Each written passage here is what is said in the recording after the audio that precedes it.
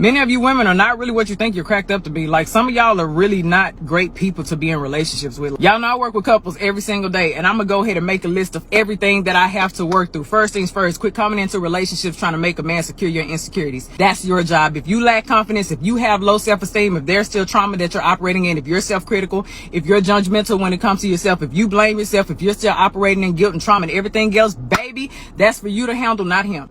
Respect his space. Like, stop becoming so preoccupied and hyper aware of what a man has going on. As soon as you see his mood is off a little bit, you start becoming overwhelming. What's wrong? What's wrong? What's wrong? Let me tell you how men are. A lot of men, when they are going through stuff, they may end up withdrawing or retreating because they're trying to figure it out. They're not always upset at you. Their moods are not changing just because of you. People go through things in a way that men are. They don't express themselves as much as we do as women. It's okay. Give that man some space. Oh yeah, the clinginess. Clinginess is cute to an extent, baby, but once you become codependent and you're always getting jealous whenever this person goes out, and you become anxious whenever they're not around you, you start blowing up their phones or they gonna hang out with their friends, that is problematic, and you're gonna push them away. As much as many of you all don't want to believe it, it's absolutely okay for a man to admire another woman. As long as it is a quick look, boom, and he's not staring, and he doesn't have a wandering eye, and he's not impulsive, and he's not a cheater. If he's all of those, baby, why are you with him in the first place? You're ignoring the red flags. You're settling. As long as that man is not window shopping or ordering off of the menu, relax. He has a visual appetite. If he sees a beautiful woman, it's okay to admire. Just like if you see a handsome man, you're going to admire him too. Relax. Stop letting yourself go. Just because you're in a relationship doesn't mean that you need to stop doing everything that you did in the beginning. If you always kept your skin together, your nails together, your lashes together, your hair done, your body was waxed up at the beginning, keep that same energy. Hold your end of the relationship. Remember, visual. A man still has a visual appetite, and he loves what he sees, baby, because you're going to stimulate a whole lot more of him. Don't let yourself go because you secured the relationship. As much as you want to believe it, you're not always right. As much as you want to always be in control, you have to let some things go, baby. You cannot love a man the way you want to love him. If you study him, if you pay attention, if you actually listen, I guarantee you he would tell you how to love him. You cannot limit the way you love him to a love language. That's why I hate the conversation of love languages. You can ask a man, what's your favorite love language? And he can say, oh, acts of service. And you think that's all you have to do to love him? No, baby, you got to study your man. Stop nagging him all the time. It's perfect.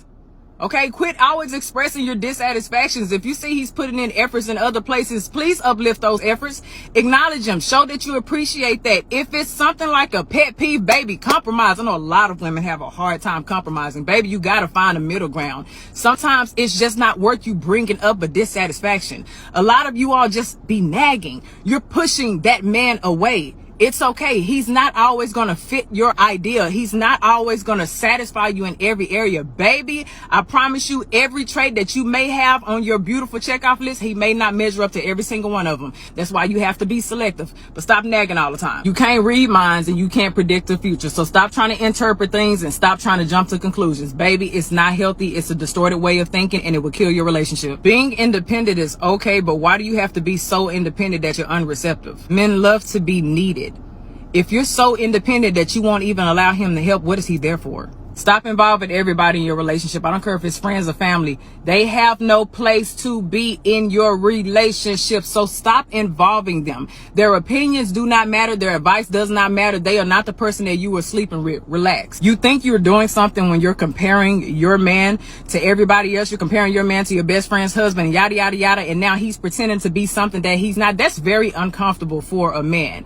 Baby, constructive criticism and destructive criticism are real things. If you're always criticizing, you're going to push him away, and he's going to end up faking things, and that's going to make him unhappy, and then the intimacy is going to decline. And whose fault is that going to be? Yeah, because you were comparing. Many of you ladies are not the inspiration that you think that you are. I'm sorry to break it to you. If you're always operating in your comfort zone and you refuse to take risks and you lack intellectual intimacy, you don't go out there and try to learn new things, baby, you're not reaching new opportunities, you're always low in your confidence, you're not really inspiring this person. If this person is trying to grow, and you want to stay and you want to be on social media or on your phone and everybody else's business, and you're not really doing anything to add to his fruition, baby, eventually he's going to grow without you. Pessimism. Stop being negative all the time. Communication. Learn to listen. Validate their experiences. Don't interrupt.